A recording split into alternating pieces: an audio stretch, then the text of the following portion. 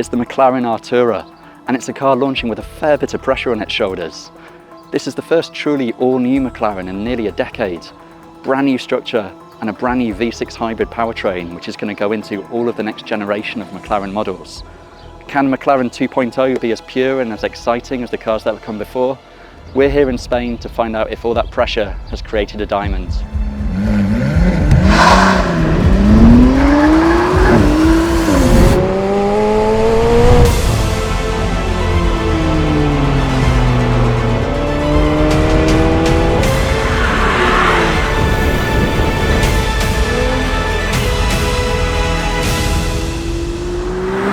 So this new engine, why a V6 not a V8? Well, it's partly for packaging reasons. McLaren's been able to make it a bit narrower and a bit shorter than the old V8 engine, partly because the turbos are now not on the outside of the engine, they're sited right in the middle of the V. So there's plenty of space there that also keeps the centre of gravity nice and low and actually helps visibility too, because it's almost a flat engine.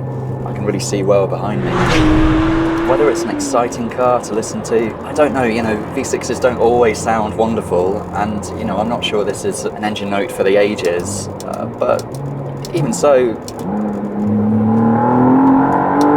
it's still got something to it. There's a sharpness to the timbre, quite a throaty sound, and it is memorable. It maybe isn't the most characterful engine, if I was driving a Lamborghini Huracan, you'd be able to hear the V10, you wouldn't be able to hear me shut up about the V10 because it's such a special thing, and likewise some of the older V8s, Ferraris and McLarens perhaps are more characterful motors overall, but this one is incredibly versatile and incredibly torquey. It does feel like the right engine for the job. It's a shorter, more compact engine than the V8 it replaces, even though the cylinders are in a much wider angle. The turbos are actually sited within the V of the cylinders, so they're always hot, they respond more quickly. That means there's some serious heat management going on at the back, which we'll come on to in a bit.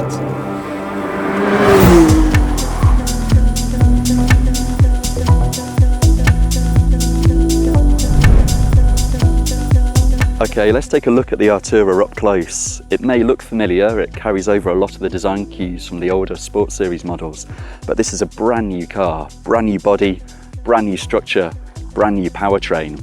It's a touch shorter than the 570S, now has carbon ceramic brakes as standards, and as you move around you can see just how much cooling McLaren has to deal with this hybrid powertrain. There are big scoops on the side, and that clever aero continues with these floating buttresses here. These are designed to duct air through over the rear deck and get a clear run at this ducktail spoiler here. There's no active aero on this car. All the bits are fixed, nothing moves for a nice clean shape. Now, I don't know if the camera's picking this up, but there's a huge heat haze coming off the back here. This section McLaren calls the powertrain chimney. It's to extract heat from the area between the cylinders where the turbos are sited.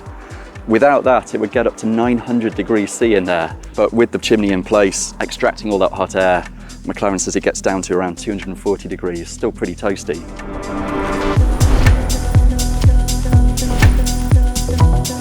There's some clever aerodynamics going on here as well. There's actually no moving active aero on the Artura. All the surfaces are fixed for a nice clean shape. And speaking of clean shapes, this rear clamshell here is just one single piece of aluminium. Quite an impressive bit of tooling. Let's take a look inside now, because everything's brand new in there as well. So here we are inside a brand new interior for McLaren. This is a whole new dashboard architecture, a whole new infotainment, whole new instrument display. Speaking of that display, that now moves with the wheel. So this is all electrically adjustable, and it slides in and out and up and down together with the wheel. So you can get your driving position just so. All of the HVAC, the aircon and heating controls, that's brand new too, including this Tesla Model 3 style fissure down the middle of the dash here, which is quieter and more efficient for cooling down the interior quickly on a hot day. There's a few more places to stow stuff, still no glove box, so McLaren's compensated for that by putting extra large door bins, a couple of channels here to get your mobile phone in there, and a reasonably useful space down here. That said, I still would find it a bit difficult to have a big cup of coffee in here. This new screen is pretty awkward to get behind. This new screen, portrait, just like the old one, but it has a lot of new features. Apple CarPlay and Android Auto are now standards and will be wireless too. There's this turn device here to control things on the side and shortcut back to the main screen. Aspects of it are still a little bit fiddly when you're on the road, and I do find when you want your vision to be over there, sometimes it drags your eyesight down while you're controlling certain aspects of it. But overall, this is a step on, and this is the interior that's going to see McLaren through its next generation of models too.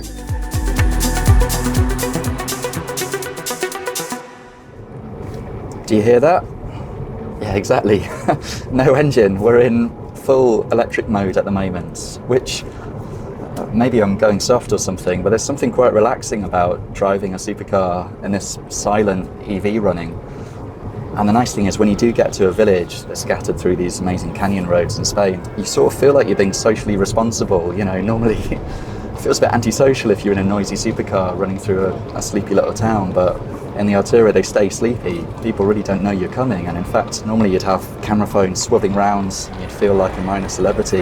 In the Artura, unless someone happens to spot you, you can kind of stealthily sneak through town without spoiling anyone's day. Now you might be wondering, is it fast? I mean, this thing has more than 670 bhp. Well, you won't be surprised to hear, yes, it is very, very fast indeed. It's not necessarily a savage car. It doesn't punch you in the back the way you might expect. It doesn't feel like a car that has pretty much the same power as a McLaren 675 LT, but it's definitely there when you ask for it. I mean, one of the advantages of having the hybrid system with the motor there is it can fill in some of the torque gap and make up for the inevitable turbo lag you have with a twin turbo engine. So here we go, I'm going to accelerate now. Yep, that's not hanging about. That is not hanging about. Again, fantastic brakes, really accurate steering. It's maybe not a dramatic car. I suppose if you're a buyer who's after a car that's an event to drive all the time and is constantly shouting at you, this might not tick that box for you. It's quite subtle, quite nuanced in the way it deploys its power. It's quite a graduated kind of surge of power rather than a sudden kind of punch. But it's anything but slow. This car is fantastically scant. It weighs fewer than 50 kilos more than a 570S, like for like, which is incredible given that it's got a full battery motor hybrid system back there. And it's also a car built to modern crash structures, modern emissions regulations, modern consumer demand for kit. So the fact they've been able to keep the weights increase that small has really paid dividends. And McLaren has deliberately avoided regen by braking on the Artura. There is regen, but it's on deceleration and it's under power. It's not linked with the brake system. So the brake feel is exactly the same every time you go for the pedal. And consistency is really key to a satisfying driver's car. That's something that was great about the old Sports Series. It did exactly the same thing every corner, and it's the same with the Artura. That stiff carbon structure and the new suspension, double wishbones at the front but a new multi-link at the rear. It gives really faithful responses. You know exactly what's going on. It's a car you can really get into a flow with.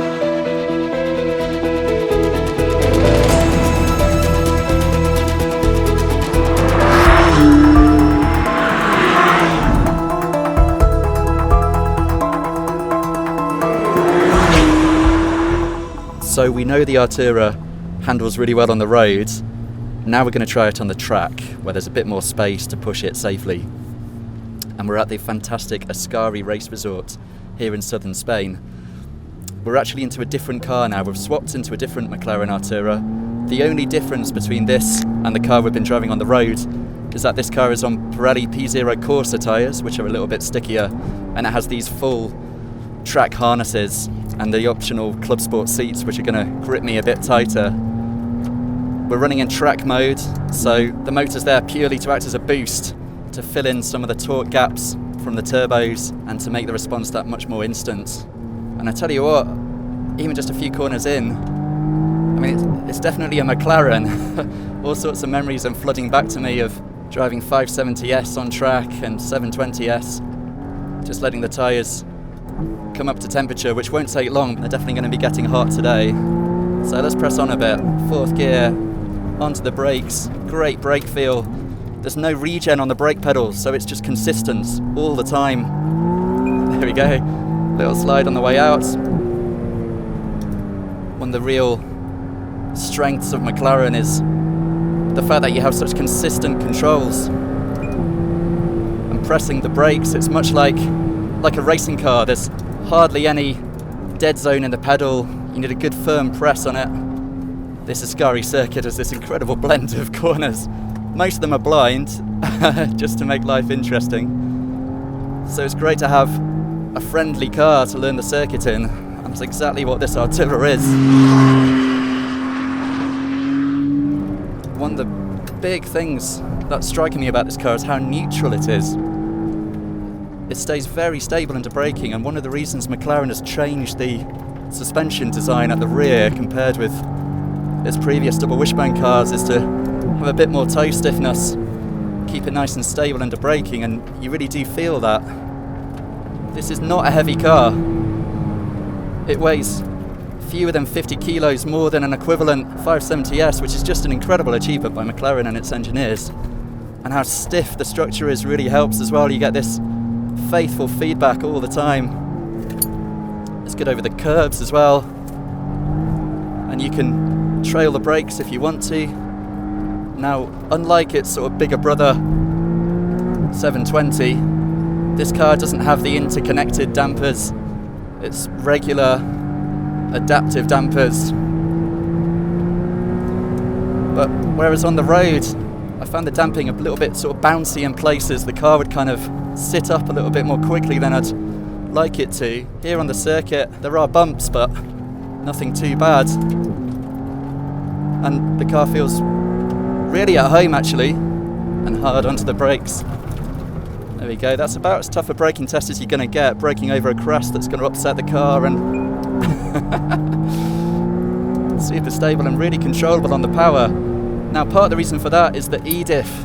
This is the first McLaren to feature an electronically controlled limited slip differential, and it gives you so much confidence as you get on the power. You know the car's not going to do anything untoward. The tyres are starting to get a little bit hot now at the back. And yeah, I think E-diff is a real step forward here for McLaren. Their cars before had a open differential and used brake steer to help mitigate the effects you'd normally have with an open diff with the inside rear spinning, and it worked very well. But this E-diff, made possible by the new generation platform, it's definitely a step on. I am having a lot of fun, I must admit.